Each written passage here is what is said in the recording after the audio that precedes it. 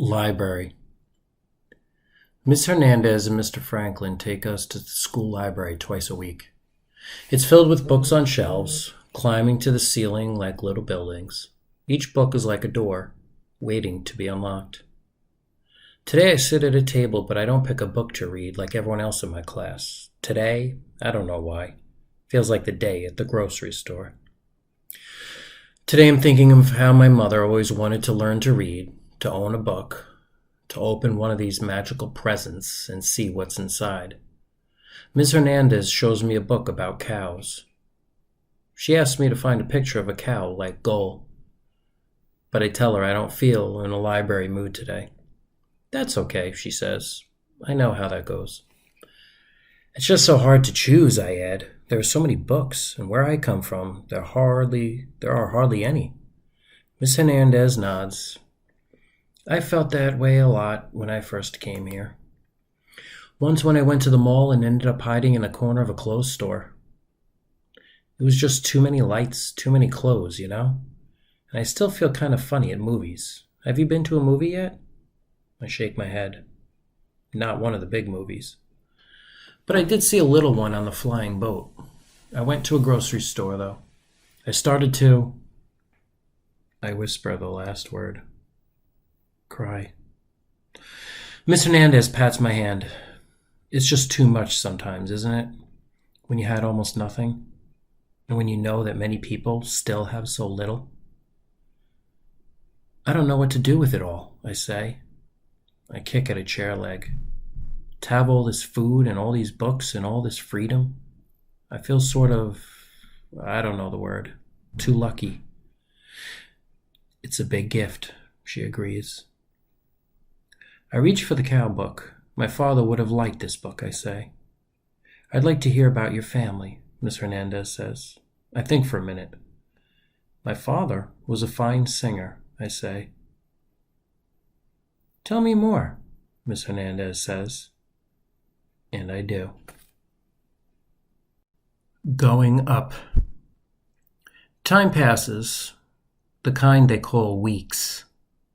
I have a little money for my job. I have to make myself believe that a crumbled piece of green paper means something, means anything. In my old world, it was easy. You could know a person's wealth by counting his cattle. Hannah and I take the bus to a giant store filled with many things to buy. I've promised her I will not get upset this time. I want to buy my aunt some new dishes. There are stores within stores here in music and food. It's bright and big with toys and chairs, TV machines and t-shirts. What do you call such a place? I ask. The mall, Hannah replies. I follow her to a huge, shiny store. I've herded cattle for hundreds of miles with only the stars to guide me, but I'm certain I could never find my way out of this place. Hannah takes me to two magic silver staircases, one going up, one coming down. I watch as the stairs melt away, then reappear. It's just an escalator, she says. No big deal, come on. I shake my head. They had these at the airport, but Dave let me take the stairs instead. Is there another way to climb? She laughs. Well, there's an elevator. That would be a better way, I think. Okay, but you gotta promise me you'll try it next time. It's fun, Hannah says. So are elevators. The elevator is hiding near a row of puffy white coats, like clouds with arms. Hannah pushes a button. We wait, a bell rings, and then the doors vanish. I follow her into the little room waiting for us. She pushes another button, then zoom, up we fly. I think I left my stomach downstairs, I say. Hannah smiles. Told you it was fun. Hearts. Hannah leads me to shelves full of colorful dishes. I like some with many stripes, but she says I can't afford them. She picks out a small box of white ones. This should pretty much replace what you broke, Hannah says. I cradle the box gently in my arms, the way I would carry a newborn calf. On the way to the paying place, we pass many red sparkling cards and much candy. Some of it is even chocolate. Valentine's Day is in a couple of days, Hannah explains. You give stuff to people you like. Plus, it just happens to be my birthday. Hey, when's your birthday? I don't know, I admit.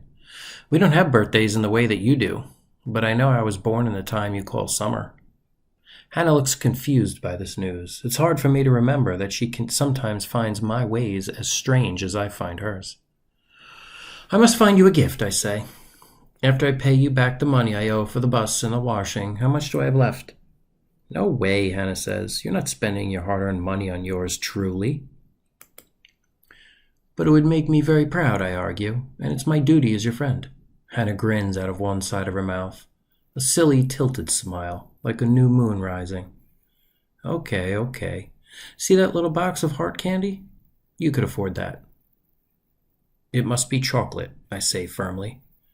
She scans the shelves. Here, she says at last. She hands me a shiny little heart. Perfect. We stand in a long line. When I give the lady my money for the dishes and the heart, my own heart grows so big with pride, I fear it might pop open like a ripe seed pod. I earned this money, I tell her. I take care of a cow. It's a fine job. The lady smiles politely. If you say so, hon. Again, I'm learning that America people don't understand the wonder of a cow. Maybe if they had more cows on the TV machine, people would begin to feel as Ganwar and I do. You can have your dogs and cats, your gerbils and hamsters, and sleek, sparkling fish.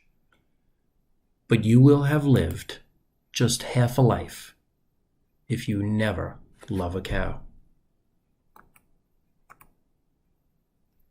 White Girl. In front of our apartment, I give the shiny heart to Hannah. Happy birthday and happy Valentine's Day, I say to my good friend Hannah. 3 boys walk past just as Hannah slips the silver heart into the pocket of her coat. They glare at us with eyes that shoot poison. Leave the white girl alone, one yells. Hands off, boy. Just ignore them, Hannah whispers. She pulls me inside and slams the door shut. A moment later, she opens it a crack and peers out. They're gone, she says. I shake my head. I don't understand, I say. Me neither, Hannah says. Me neither. You shouldn't have pulled me inside, I mutter. They're jerks. Hannah yanks off her mittens. I didn't want you to get hurt. I'm a man, I say, standing tall. Sure you are, Hannah says. I just, didn't see the point. I didn't see the point in a fight. Why does it matter? I can't explain. Suddenly I feel tired of using words that don't belong to me. Never mind, I say. I trudge up the stairs. My aunt is surprised to see the box from me. A present? She keeps saying. A present for me? She opens the dishes and hugs me hard. You are such a fine boy, Keck, she says. I feel happy about the dishes and bad about the angry boys. It's hard to feel 2 things at once, so I try not to feel anything. I sit next to Ganwar on the sofa. Together we watch the TV machine. Tell its happy, easy stories. Scars.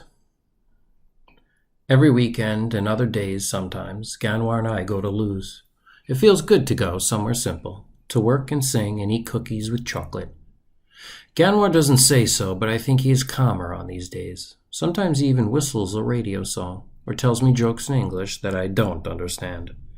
Always, though, I laugh to make him happy. One afternoon, Ganwar and I rebuilt the gate. One afternoon, Ganwar and I rebuild a gate that's rotted away at the edge of the field. It's long work, and we sweat under our thick coats. The sun is still weary and weak, like a traveler too long on the road, but each day it's trying harder to warm the world. Ganwar wipes away sweat with his arm. The 6 lines etched in his forehead glisten. I will never have the gar, I say suddenly. My words surprise me. It's an idea I've never let myself think about until now. The initiation ceremony is part of another place, a place I may never return to. You're lucky, Ganwar says. Why would you want such scars? Here they mean nothing. There they meant everything, I say. I lean on the fence. How will I know when I'm a man? Ganwar keeps hammering. When you own a fine car and a house with many bathrooms, then you're a man in this country, he answers with a smile. It isn't so funny, I say. You've been tested and I haven't. You were brave. I look away. I don't want him to see my eyes and what lies hidden there. Me, I haven't been. Sure you have, Ganwar replies. You were in the camp alone. You came here alone. That's plenty brave. It doesn't take a knife in the hand of a village elder for you to prove yourself. I pick up my hammer and slam it hard against a rusty nail sticking out of the wood. That's easy for you to say. After that, I won't talk anymore. But I hammer many nails as hard as I can. Even with my gloves on, I have a good, hurting blister to show for it.